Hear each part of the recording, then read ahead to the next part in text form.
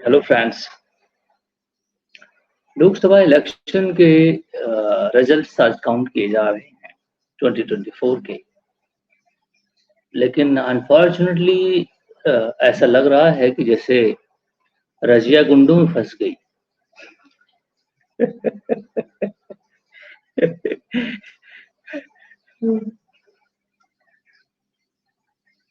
बड़ी unfortunate situation बन रही है जिसमें बीजेपी है तो मैक्सिमम सीट 238 अभी 2:30 बजे बज रहे हैं, अभी काउंटिंग चल रही है। लेकिन 2 सीट पर बीजेपी का रिजल्ट अभी भिन्न हुआ है और 238 पेंडिंग चल रहा है ना? और कांग्रेस ने भी 1 सीट अभी विन कर लिया और 101 सीट्स पर वो लीड कर रही है। तो इस तरह से अभी रिजल्ट काउंटिंग में चल रहे हैं। 35 सीट्स जो हैं समाजवादी पार्टी के हैं, जो उत्तर प्रदेश का जिनका गढ़ है। उत्तर प्रदेश में 80 सीटें हैं, एक्चुअली 80 सीटें हैं, जिसमें 35 सीट्स जो हैं समाजवादी पार्टी ने लीड किए हुए हैं, अभी लीडिंग में है, जबकि 32 जो है बीजेपी भी है, क्योंकि बीजेपी की यहाँ गवर्नमेंट है। लेकिन फिर भी काफ़ी लॉ शेयर जो है वो समाजवादी पार्टी ने कंट्रीब्यूट किया है। और सबसे इम्पोर्टेंट जो चीज़ है कि ऑल इंडिया तृणमूल कांग्रेस जो ममता बनर्जी जी की जो सीट है, 31 सीट्स जो हैं उन्होंने वहां पर भी अपने नाम कर लिए हैं, 31 सीट्स। और जबकि बीजेपी को वहाँ 1-2 सीट शायद मिली हुई है, वो अदरवाइज वहां पे भी उनका नहीं है। मैं देख रहा था कि तमिलनाडु में 0 है, बीजेपी का सीट 0 है। और केरला में शायद एक आध सीट है। बीजेपी का जो सेंटर है ना, वो इधर गुजरात है, इधर उड़ीसा है, यहाँ पर उन्होंने अच्छी स्कोरिंग की है। मध्य प्रदेश में अच्छी स्कोरिंग है उनकी। कर्नाटका में भी हाफ सीट्स उन्होंने विन कर लिए हैं। लेकिन उनको साउथ में काफी कंपटीशन हुआ है। तमिलनाडु में उनको 0 सीट मिली हुई है ना? केरला में उनका कोई कंट्रीब्यूशन नहीं है। और तमिलनाडु बाकी ये तेलंगाना और आंध्र प्रदेश में भी काफी बेहतरीन परफॉर्मेंस नहीं है। और उन्होंने 0 कर दिया लोकसभा सीट के इस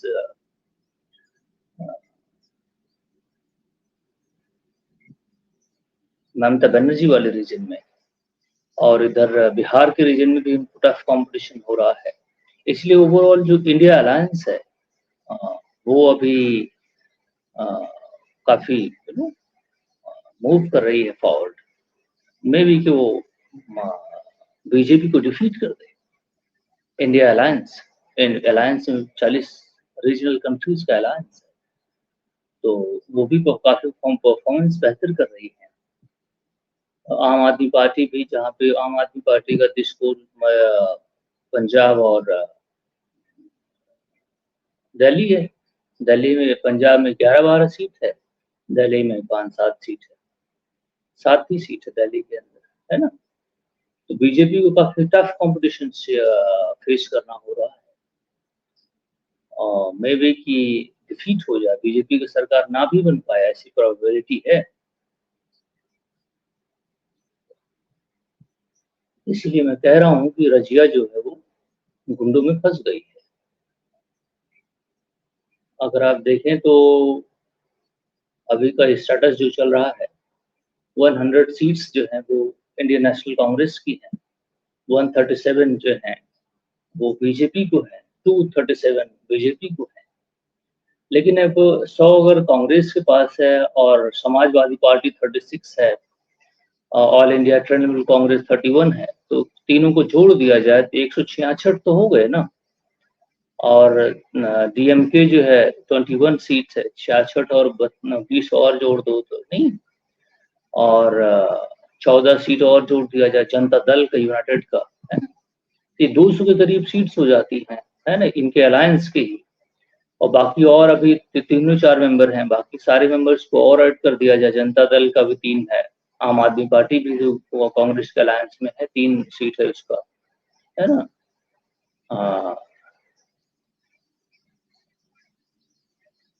और बाकी अदर्स भी 94 में है ना। अदर्स में भी अदर पार्टीज भी हैं और 7 जो हैं इंडिपेंडेंट लड़ने वाले मेंबर्स भी हैं। तो ये सब 94 लोग हैं वो, है ना। तो इनका भी कोई खास कंट्रीब्यूशन जो ये जो कलेक्टिवली अगर देखा जाए तो इनके अलायंस की सीट्स ज़्यादा हैं बीजेपी से, है ना। अब देखते हैं कि ये कैसे चीज़ें बैठती हैं। बीजेपी जो नशे में थी, अब उसको पता चल रहा है कि उसने गलतियाँ की।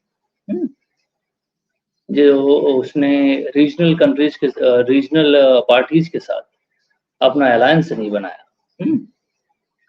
वो काफ़ी अपने सेल्फ कॉन्फिडेंस में थे कि 400 पार, है ना।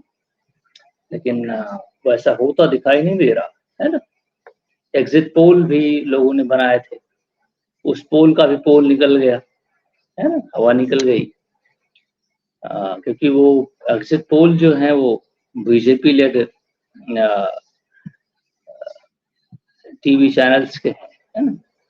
तो अपने मुंह मिट्ठू तो बनना तो आसान काम होता है। तो लेकिन अब इलेक्शन का फाइनल रिजल्ट जो है वो अभी आपको इंतजार करना होगा करीब 8 बजे तक, है ना।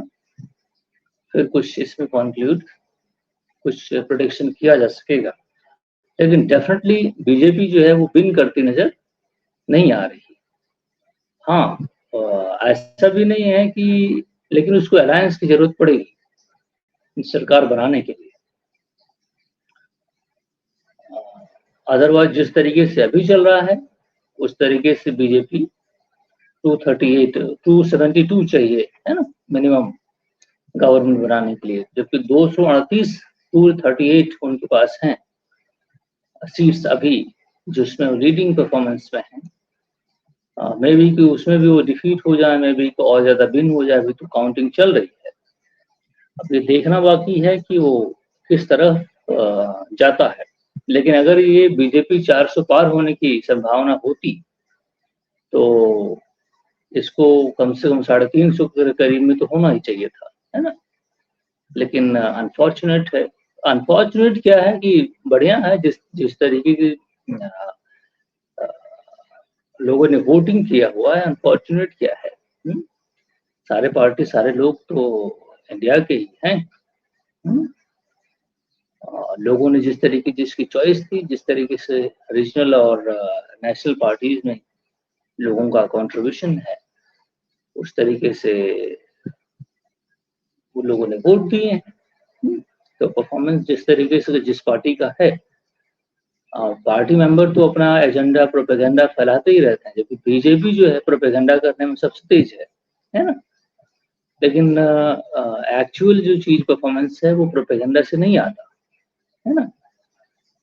प्रोपेगेंडा करके आप मशीनरी चला करके आप अपना एटमॉस्फेयर क्रिएट कर लेते हैं, लेकिन बेस्ड ऑन रियलिटी जो पीपल्स वोट करते हैं उन्होंने टेम्पल पर वोट नहीं किए लोगों ने, है ना। लोगों के पास कुछ और भी एजेंडे हैं जिसको बीजेपी ने एड्रेस नहीं किए, इसकी वजह से उसको उसको वोटिंग में बेहतरीन परफॉर्मेंस नहीं मिली। और देखते हैं कि मुझे नहीं लगता कि 250 भी पार कर पाएगी बीजेपी। उसके पास अलायंस भी जो कंट्री जिन पार्टीज का है, बहुत छोटी छोटी पार्टीज हैं, नॉर्थ ईस्ट पार्टीज हैं, नॉर्थ ईस्ट की छोटी छोटी पार्टीज हैं। जिस नॉर्थ ईस्ट में लोकसभा की सीट ही 1-2 है ना, उससे कोई फर्क पड़ता नहीं है।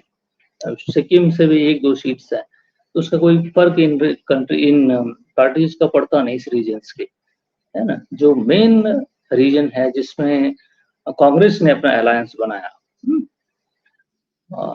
वो एक बेहतरीन चीज निकली। अदरवाइज बीजेपी बहुत बुरी तरह डिफीट हो जाती है। अगर कांग्रेस मध्य प्रदेश के अंदर अपना गढ़ बनाने में, कॉपरेशन अलायंस बनाने में सफल हो जाती तो मुझे लगता है कि बीजेपी बहुत बुरी तरह हार जाती है। क्योंकि बीजेपी ने मध्य प्रदेश में काफ़ी सीट्स निकाली है ना? और मध्य प्रदेश में उनकी गवर्नमेंट भी है अभी, मध्य प्रदेश और उत्तर प्रदेश में, लेकिन उत्तर प्रदेश में 50% शेयर अलायंस है तो समाजवादी पार्टी ने निकाल ली है ना। तो ये भी देखने वाली बात है। तो बीजेपी अभी तक विन करती, आई एम सॉरी, नहीं हो रही है, लेकिन मैं चाहता था कि बीजेपी विन करे, है ना? मेरा अपना मानना है। मैंने वोट नहीं दे पाया, अदरवाइज मैं बीजेपी को वोट देता, क्योंकि बीजेपी हमें अभी थोड़ा ठीक लगती है, लेकिन बीजेपी के जो एजेंडे हैं, प्रोपेगेंडे हैं, वो मुझे अच्छे नहीं लगते, है ना? फॉल्स प्रोपेगेंडा करना, क्योंकि बीजेपी अभी के लिए देश के हित में है, लेकिन अब वो इलेक्शंस तो हो चुके हैं, मेरे नज़रों में है ऐसा, हित में है या नहीं है वो बेस्ड ऑन पीपल्स जजमेंट है, लेकिन मैं ऐसा समझता हूँ। अभी जो सेंट्रल गवर्नमेंट में बीजेपी मेंबर्स हैं वो काफ़ी बेहतरीन परफॉर्मेंस दे रहे थे, है ना? लेकिन अगर अब अभी अलायंस बनेगा कई सारी पार्टियों का, नहीं तो बीजेपी तो रिप्लेस हो जाएगी, लेकिन ये जो घोल-मेल की सरकार होती है, ये केवल पावर शेयरिंग के लिए होती है। कोई मेजर डिसीजन इंडिपेंडेंटली लेने में ये लोग उतना एक्टिव नहीं हो पाते। तो ये एक फ्लॉज़ है जहाँ पे multi parties you know rule करती हैं, लेकिन अब बीजेपी भी इसमें पीछे नहीं हटेगी। अगर वो नई सरकार बनाती है तो पार्टीज को तोड़ने का काम तो करेगी ना, है ना? बीजेपी जो है अगर सरकार नहीं बना पा रही है अभी के लिए, तो कांग्रेस अगर बना लेती है तो बीजेपी यही काम करेगी कि पार्टी की जो 5 साल के पीरियड के दौरान किसी पार्टी को पैसे दे करके मेंबर्स को खरीदना, ये सब सारे काम बीजेपी करती है ना? तो इससे भी नेशनल गवर्नमेंट जो है वो डिस्टर्ब होती रहती है ना? कभी नॉन कॉन्फिडेंस मोशन आ गया, कभी फला मोशन आ गया, क्योंकि बीजेपी भी मेजॉरिटी विन नहीं कर रही है, तो कांग्रेस भी ये काम करेगी, है ना? तो कांग्रेस के पास वॉइस होगी बहुत तगड़ी। अभी चीज़ें चल रही हैं काउंटिंग और देखते हैं कि किस तरफ चीज़ें जाती हैं। और लेकिन ये बात तय है कि बीजेपी जो है वो सरकार अगर किसी बेहतरीन पार्टी से नहीं मिली, तो नहीं बना पाएगी। 235 सीट्स पे जो लीड कर रहे हैं, अभी तो सीट और कम हो गया देखते-देखते, है ना? तो 235 अगर आप काउंट 230 भी काउंट कर लें, तो 72 होने के लिए 42 सीट और चाहिए, है ना? 42 सीट अगर और उनको मिल जाए तो वो जाकर के मेजॉरिटी में आएँगे, ऑर्डिनरी मेजॉरिटी, है ना? स्पेशल मेजॉरिटी नहीं। अगर आपको सॉलिड चाहिए, तो स्पेशल मेजॉरिटी चाहिए। स्पेशल मेजॉरिटी में 66% चाहिए आपको, 2/3, है ना? तो 2/3 मीन्स 303 303 या 4-5 310 के ऊपर भी अगर सीट्स हो, तब आप स्पेशल मेजॉरिटी में होने के चांसेस होंगे। लेकिन बीजेपी जो है अभी 250 भी नहीं पहुँची, है ना? तो अभी काउंटिंग चल भी रही है। तो कांग्रेस 101 सीट हो गया, समाजवादी पार्टी 35 हो गई, तृणमूल कांग्रेस 32 है। तृणमूल कांग्रेस तो वहाँ से जीतेगी। मुझे ये समझ में नहीं आया अभी तक यहाँ की राजनीति कैसी है। ममता जी जो है उनका बहुत स्ट्रॉन्ग होल्ड है यहाँ पे, है ना? मैंने देखा इलेक्शन कमीशन ने बम सीज किए, गोलियां बारूद सीज किया, पैसे भी सीज किए करोड़ों में, इस रीजन में वायलेंस भी हुआ।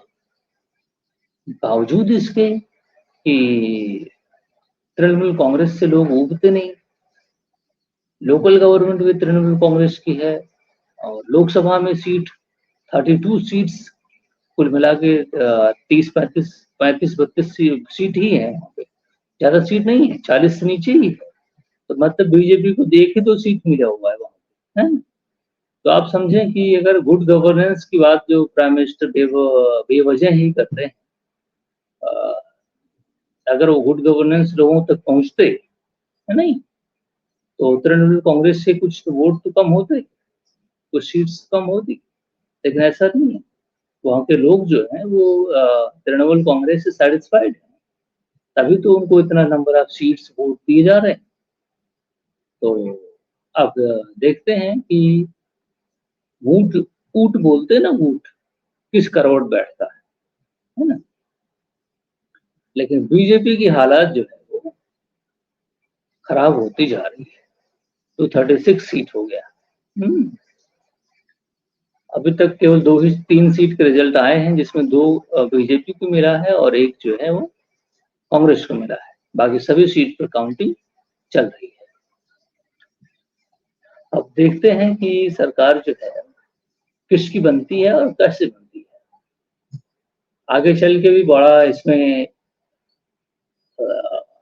धरपकड़ होने वाला है।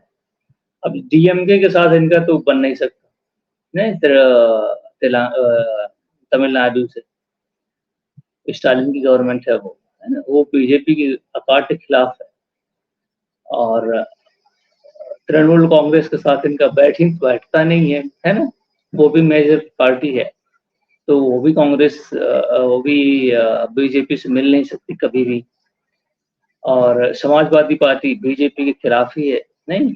ये तो मेजर खिलाफत की है पार्टीज है और यही मेजर अपोजिशन पार्टी है। अगर इनका अलायंस हो जाता है कांग्रेस के साथ, तो कांग्रेस जो है वो काफी लीडिंग पोजीशन में आ जाती है ना? कांग्रेस अगर वीक है, अगर स्ट्रांग है, तो इन तीनों पार्टी का अलायंस मिल जाता है, तो कांग्रेस जो है 200 को पार कर जा रही है। और जनता दल यूनाइटेड को भी अगर ऐड कर ले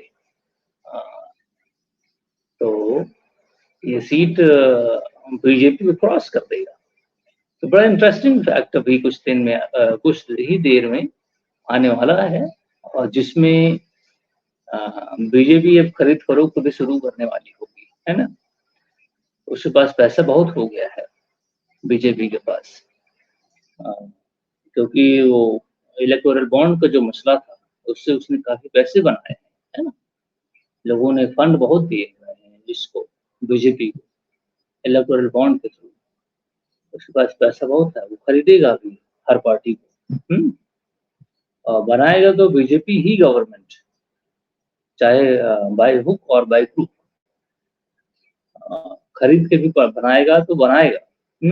अगर किसी का है ना बूट पॉलिश भी करना पड़ेगा तो भी बीजेपी करेगी। अभी समाजवादी पार्टी कोई दुश्मन पार्टी नहीं है, वो लोग अप्रोच करेंगे इसको डायरेक्टली और इनडायरेक्टली। देखते हैं, ये पता नहीं कौन किसको करेगा, लेकिन बीजेपी जो है वो बहुत एथिकल पार्टी नहीं है। किसी भी रीजनल गवर्नमेंट को चलने नहीं दिया, है ना? उसने भी बड़े ही खेल खेले हैं अपने 10 साल के पीरियड में। लेकिन जो बीजेपी में मिस्टर मोदी की जो बोलते हैं ना लहर, वो लहर धीरे-धीरे अब बिल्कुल डाउन होती जा रही है। लोगों ने अपने तरीके उस लहर को रोकने के लिए आजमा लिए, कर ली व्यवस्था। तो एक कोएलिशन गवर्नमेंट बनती हुई दिखाई दे रही है, और जिसमें खरीद फरोख्त भी होगा, पॉलिसीज का मिसमैच भी होगा, है ना? और इससे इकोनॉमी पे भी असर पड़ता है डायरेक्टली इनडायरेक्टली, लेकिन वो एक अलग सेगमेंट है, तो उस पर हम अलग से बात करेंगे। लेकिन अभी देखते हैं कि चीजें किस तरफ जाती है, कि 8 या 9 बजे तक कुछ कंफर्मेशन होगी। लेकिन कल के डेट तक आप एक दिन का इंतजार जरूर करें, क्योंकि 15 करोड़ नहीं बनाए गए थे वोटिंग सेंटर्स, तो वहां से ईवीएम कलेक्ट किया गया। 15 करोड़ ईवीएम को काउंट करना ये नॉट एन इजी टास्क, है ना? एक limited number of counting professionals होंगे, तो ये देखने वाली बात है। बहुत बड़ा ये एक कन्वर्शन एक्सरसाइज है।